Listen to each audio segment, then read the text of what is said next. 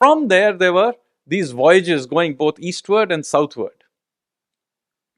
Now, when you talk about the ports of ports of Gujarat, today you will very often be told about Lothal and the dry docks and so on. But if you visit Lothal, one of the things that will strike you, there's this very large dry docks, but a very small settlement. The settlement in Lothal is actually surprisingly small for dry docks. Why? Because in fact, that wasn't a port at all. And my theory, at least, is that it was actually a customs checking point for those sailing up the Konkan coast and trying to get to Dholavira and all the other ports in and around the estuary area. And they were just stopped there and they were checked and then they were allowed to carry on. So that is what Lothal really was. And similarly, there was a western checkpoint in Bet Dwarka. So those who were sailing westward towards the Gulf would be stopped there and they would be checked and then they would be allowed to go in. I'm presuming that then once they were checked, a nice seal was put on their checked goods and they were allowed to go in and out as may be the case. And then, of course, the Indians were sailing out to Oman, to Bahrain, all the way through to Mesopotamia. And there is plenty of evidence of Indians in that area. There are all kinds of Indian products, including seals that you find there. There are records of a people called the Meluhans who were coming there to trade in things which are clearly Indian, things like ivory, peacocks, and so on.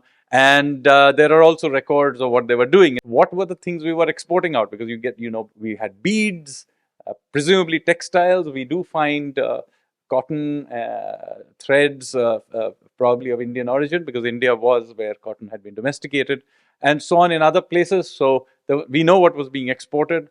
But maritime activity now shifts to the east coast. And then you see voyages being conducted from the area which is from the westernmost outlet of the Ganga, which is now West Bengal, the Hooghly branch of the Ganga, a distributary of the Ganga, to the Lake Chilika. So that's, the Odisha, Bengal area, and lots of voyages in the Iron Age that are beginning to happen from that area.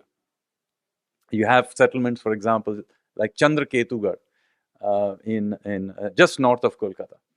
And you begin to see these voyages. And remember that at this stage, the sailors still don't know how to quite navigate using the monsoon. So they are kind of hugging the coast. Just like the Harappans were basically hugging the Makran coast, these people are also hugging the coast. Some of them go southward and then they begin to turn up in Sri Lanka. And so you have this legend, the founding myth of the Sinhalese people in Sri Lanka is that people from the Odisha, Bengal area, from Vanga, which is the old name of Bengal, came led by a somewhat rebellious prince called Vijaya. And they began to settle in Sri Lanka.